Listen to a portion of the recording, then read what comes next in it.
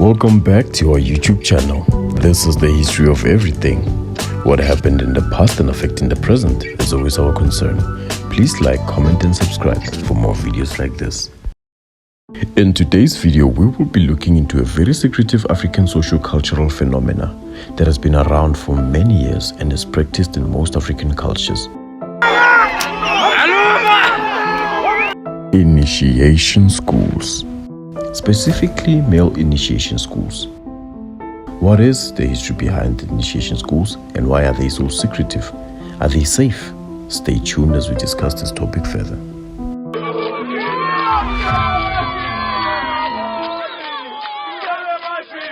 Initiation schools. Ulwaluko, lebollo, mirundu, mophato, koma.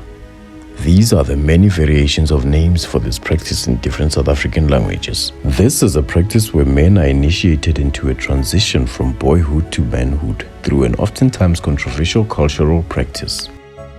Although women do undergo initiation to mark passage from girlhood to womanhood, it is not a very popular practice in Southern African cultures. Although the ages vary through different cultures, it is mostly common for boys between the ages of 15 to 21 to be taken into an initiation school set in a mountain far away from the main village or township.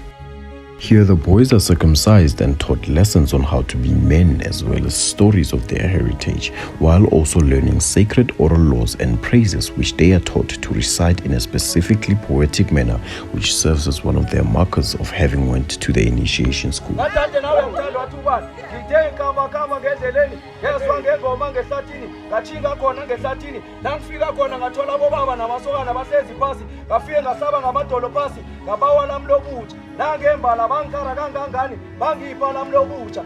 In some areas, they are taught languages which only those who have gone to the initiation schools can understand, and this is due to its secrecy amongst initiates. The initiation schools follow a strict power structure. At the very top of the initiation is the chief, called Morena, Inkosi or Khosi, all dependent on the cultural group. The chief precedes Abesowe in the Xhosa culture, which are the principals, the Ingcibi, the traditional surgeons, followed by Amakhankatha, the traditional nurses, and the initiates themselves, called Abakhwetha. Different cultural groups in South Africa have been practicing this long-observed tradition. The South African cultural groups observing this tradition in different provinces of the country include the Bapedi people, the Tsonga people, and the Venda people in Limpopo, the Ndebele people in Mpumalanga, the Xhosa people in the Eastern Cape, Basotho people in the Free State, and the Botswana people in the Northwest, as well as other non-ethnically bound initiation schools in townships all around the country. The practices are different amongst each cultural group. Some cultures use white clay to embalm their initiates, while some use red clays, and the duration of the initiation is different, ranging from weeks to months, all dependent on the particular initiation culture. However different these may be, circumcision remains the common factor between the cultural differences.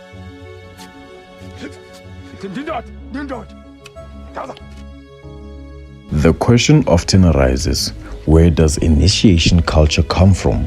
From when did Africans start practicing circumcision and why?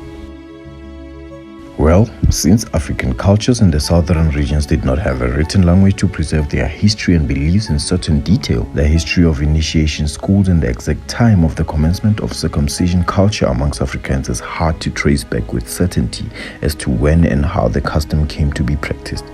Most especially since each culture has their own origin story when explaining how they began the custom of circumcision, with each culture claiming that they are the first to establish this rite of passage, which is convenient for each patriot in each of the cultural groups. Circumcision, however, can be understood as a form of covenantal ritual where a spiritual entity and man come into blood bonding agreement, as seen even in its first appearance in the Bible between Abraham and God. Through this ritual covenantal understanding of what circumcision is, The practice can be seen through the African cultural lens as a way of signifying a covenantal blood tie between the living patriarchs and the dead, also known as the ancestral spirits, in whom Africans have believed to hold a godlike status, dictating their fortunes and misfortunes. This is especially emphasized through the ancestral invocations and rituals that have to be done when a boy is about to go into initiation rituals. These include slaughtering of animals for ancestral spirits as a sign of pleading for the ancestral protection and approval of the boy going through the initiation process, as well as the slaughter of animals when they are back from the mountain in order to plead for protection on their behalf. This is not just circumcision, it is a ritualistic rite of passage.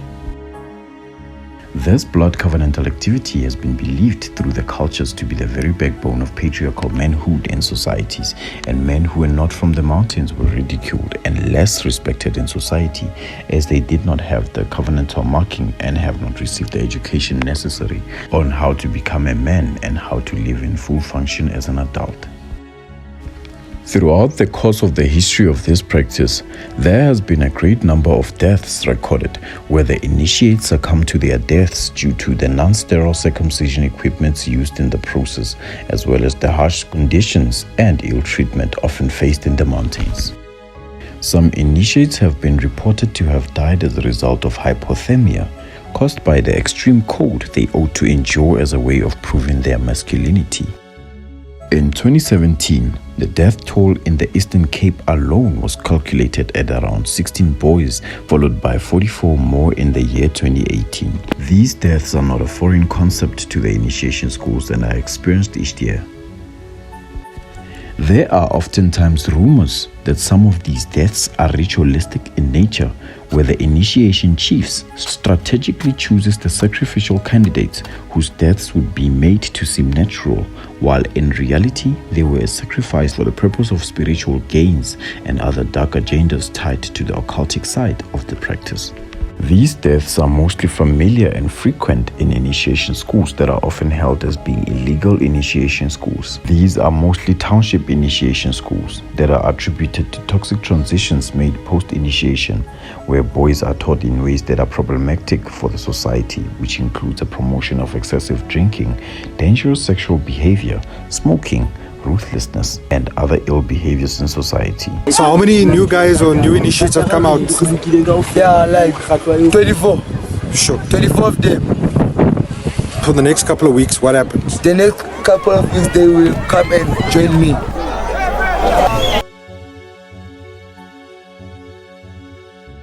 Once the initiation process is finished, the men are welcomed with songs of praise and great feast.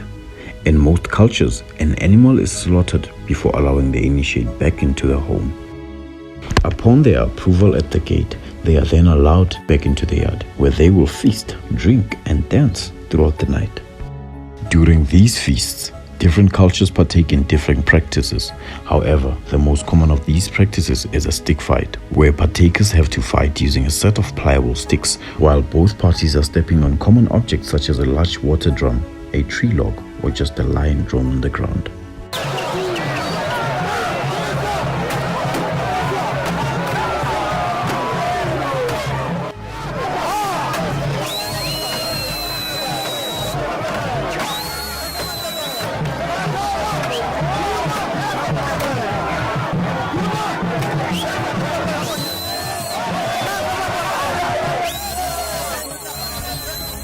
The first to remove their foot and step back is declared the loser of the battle.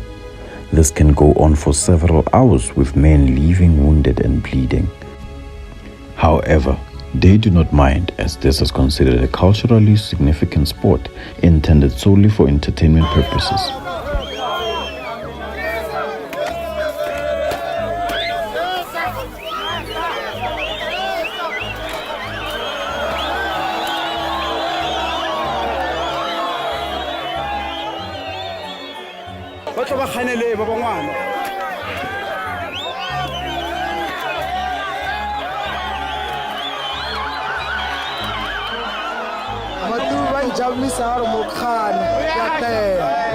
The initiation and circumcision of men are not practices only reserved for the men in the southern tip of Africa.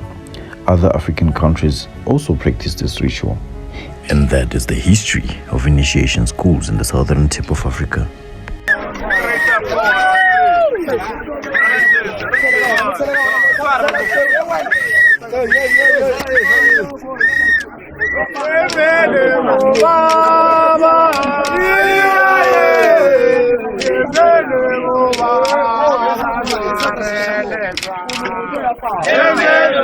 Do drop a like, follow, comment and subscribe for more content like this.